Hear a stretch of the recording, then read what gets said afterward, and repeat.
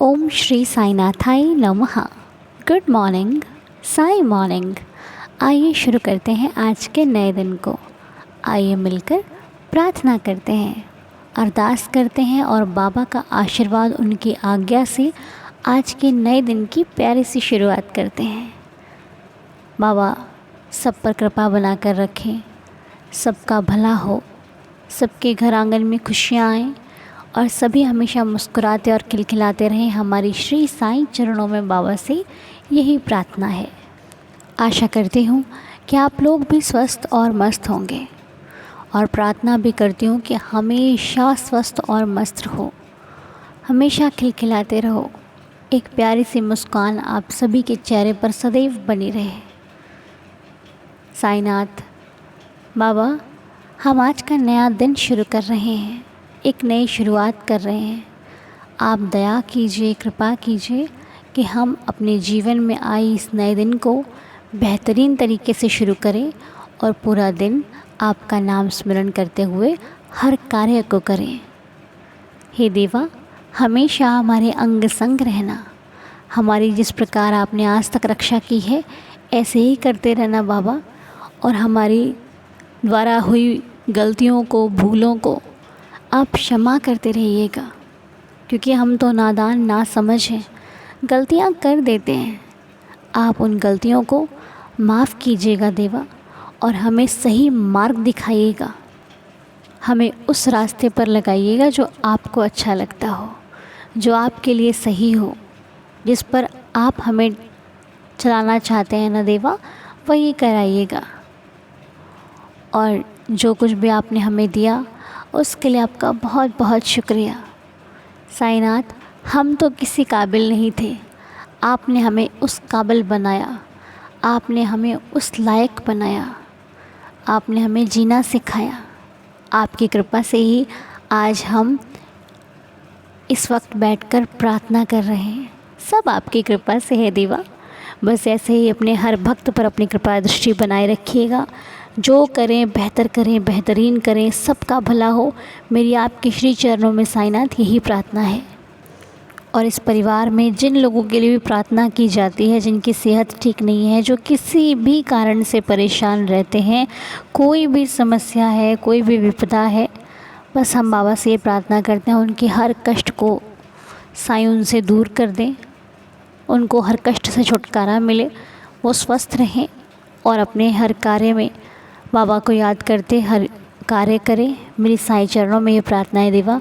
बस अपनी कृपा बनाए रखना और दया रखना अपने हर भक्त पर और हर परिवार पर। चलिए आइए सुनते हैं अब एक सुंदर सी साईं लीला, मिलकर सुनते हैं और बाबा की लीला का आनंद लेते हैं। ओम साई राम। ओम साई राम अनु जी और मेरे पूरे साईं दीदार परिवार को मेरी तरफ से ओम साई राम। आज मैं आप सब लोगों से एक लीला शेयर करूंगी जो कुछ दिन पहले ही मेरे साथ हुई है। मेरे हस्बैंड की तबीयत कुछ दिनों से बहुत ख़राब हो गई थी। मैंने उन्हें एक जनरल डॉक्टर को भी दिखाया, लेकिन उन्होंने बस दवाई दी, इंजेक्शन लगाया और कहा कि ठीक हो जाएगा। एक्चुअली ये बात 6-7 महीने पहले की है, जब दिसंबर में वो कहीं ट्रैवलिंग के लिए गए थे और अचानक से उनका पैर फिसल गया था और वो बहुत ज़ोर से गिर पड़े, जिसकी वजह से उनके कमर पे बहुत मोच आई थी। तो जब वो वापस वहाँ से आए तो हमें लगा कि एक नॉर्मल मोच है और हम नॉर्मल डॉक्टर को दिखा के मेडिसिन्स लेके, इंजेक्शन लेके उन्हें ठीक लगने लगा।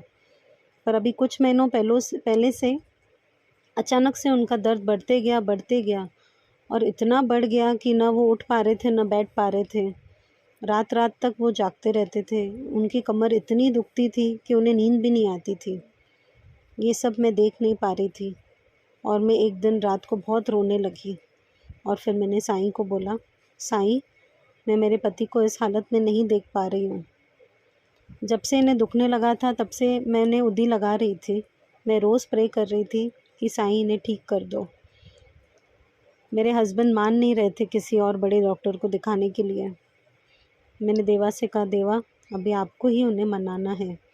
फिर हम उन्हें एक अच्छे डॉक्टर के पास, ऑर्थोपेडिक के पास लेके गए।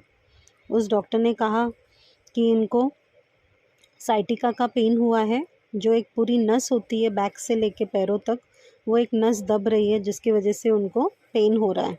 लेकिन हमें प्रॉपर रिपोर्ट चाहिए होगा, तो हमें एमआरआई निकालने के लिए कहा।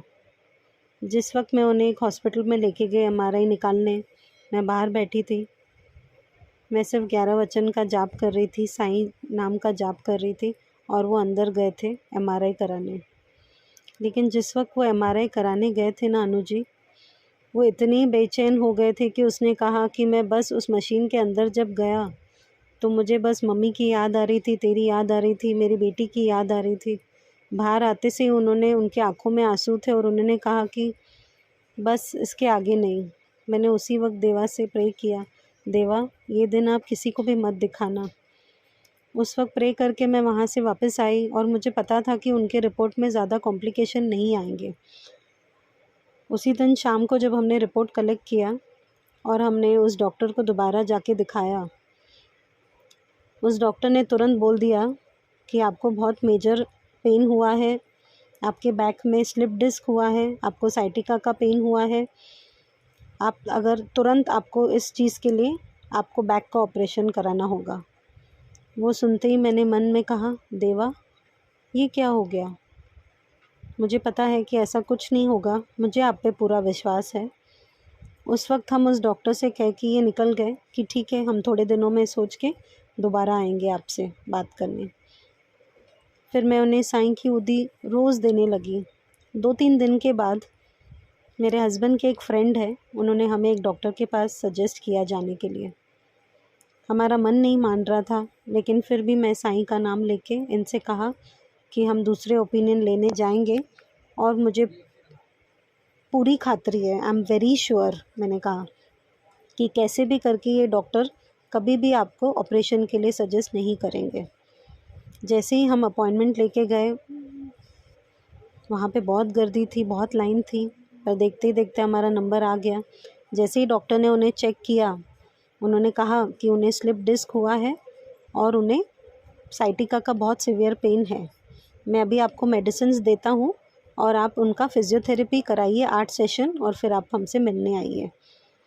जब ये 8 सेशन हो रहे थे ना अनु जी, तभी भी मैं दिन भर यही प्रार्थना करती थी कि देवा बस ये जो सेशंस हो जाएंगे उसी से मेरे हस्बैंड को पूरी तरह से ठीक हो जाए।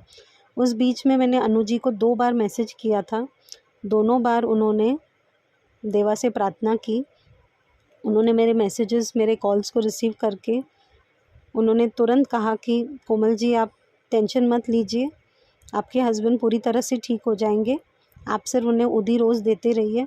मैं रोज़ उन्हें उदी देती थी, उनको जल में भी देती थी और उनको वहाँ पीठ पे भी लगाती थी जहाँ पे उनको तकलीफ़ हो रही थी। उस दरमियान जब उनका 8th सेशन होने वाला था, उसके 2 दिन पहले मेरा बर्थडे था। मैंने साईं से रोके कहा कि साईं अगर आपको मुझे सच में कोई गिफ्ट देना है तो आप प्लीज़ मेरे हस्बैंड को पूरी तरह से ठीक कर दीजिए। इस वक्त ये बोलते हुए भी मेरे आंखों में आंसू आ रहे हैं। साईं ने सचमुच मेरा प्रेयर सुन लिया। मेरे बर्थडे के 2 दिन बाद डॉक्टर का अपॉइंटमेंट था। उन्होंने मेरे हस्बैंड को चेक किया और उन्होंने कहा कि आपको फ़िक्र करने की कोई ज़रूरत नहीं है, आपका एज इतना नहीं है, आपने बहुत रिकवर कर लिया है। अभी आप सिर्फ आपके डाइटिंग पे, आपका वॉक, आपका थोड़ा एक्सरसाइज ये चालू रखिए, आपका पेन काफ़ी हद तक उतर गया है। आपको आगे कोई भी ऑपरेशन या कोई भी मेडिकेशंस की भी ज़रूरत नहीं है, बट फिर भी मैं आपको 1 मंथ का मेडिसिन देता हूँ। ये ख़त्म करने के बाद आपको पूरी तरह से ठीक लगेगा। मैं आप सब लोगों से ये कहना चाहती हूँ कि मेरे हस्बैंड ऑलमोस्ट 90% ठीक हो गए हैं। सिर्फ 10% उन्हें कभी कभी उठने बैठने में थोड़ा बहुत दर्द होता है। वो बिल्कुल अपना पैर हिला नहीं पा रहे थे, उठ नहीं पा रहे थे, बैठ नहीं पा रहे थे, लेकिन हाँ उनका केयर करने के लिए कहा है और मैं पूरा केयर कर रही हूँ उनका। वो अभी काफ़ी हद तक ठीक हो गए और मुझे पता है कि मेरे देवा उन्हें पूरी तरह से ठीक कर देंगे। इन सब चीज़ों के बीच में मुझे भी उनके जैसे ही सेम बैक पेन होने लगा, क्योंकि मैं अकेली हो गई थी और सब काम का लोड मुझ पे आ गया था।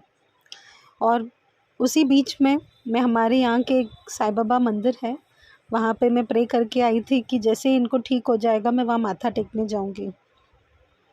अभी उस दिन 8 अगस्त को मैं साईं बाबा मंदिर के लिए शाम को निकली। इतना ट्रैफ़िक था रास्ते पे, इतना ट्रैफ़िक था। मैंने अपनी डॉटर को क्लासेस में ड्रॉप किया और मुझे लगा कि मैं जल्दी से ख़त्म करके दोबारा आ जाऊँगी आधे घंटे में। लेकिन इतना ट्रैफ़िक था, आप विश्वास नहीं करेंगे। पर जैसे ही मैं वहाँ जाके पहुँची और मैंने जैसे ही कदम रखे साईं बाबा मंदिर में, उस वक्त आरती शुरू हुई। मुझे ऐसे लग रहा था कि वो पूरे रास्ते, ताकि मैं जल्दी नहीं पहुँचूँ, अगर मैं दर्शन करके निकल जाती तो मेरी आरती मिस हो जाती शाम की। मैं जैसे ही पहुँची 6:45 बजे थे और संध्या की आरती शुरू हुई। वो पूरी आरती के लिए जब मैं खड़ी थी, मेरे दोनों पैर इतने दुख रहे थे क्योंकि इतने दिनों से मैं खुद पे ध्यान नहीं दे पा रही थी। मेरे पे बहुत काम आ गया था, मैं कंटिन्यूस काम कर रही थी। उस बीच में मेरी बेटी के एग्ज़ाम्स थे, बहुत लोड आ गया था। लेकिन उसी वक्त प्रे करते करते मैंने साईं से कहा कि साईं, मैं खड़े नहीं रह पा रही हूँ आपकी आरती के लिए, मेरे पैर बहुत दुख रहे हैं। अभी आपको ये दोनों पैर मेरे ठीक करने हैं। आप विश्वास नहीं करेंगे अनु जी, जैसे ही आरती ख़त्म हुई और मैं आगे बढ़ी, प्रे करके मैं जैसे ही निकली, मेरा दर्द ही गायब हो गया। मुझे फ़ील ही नहीं हो रहा था कि मेरे को कोई दर्द भी हो रहा था पैरों में।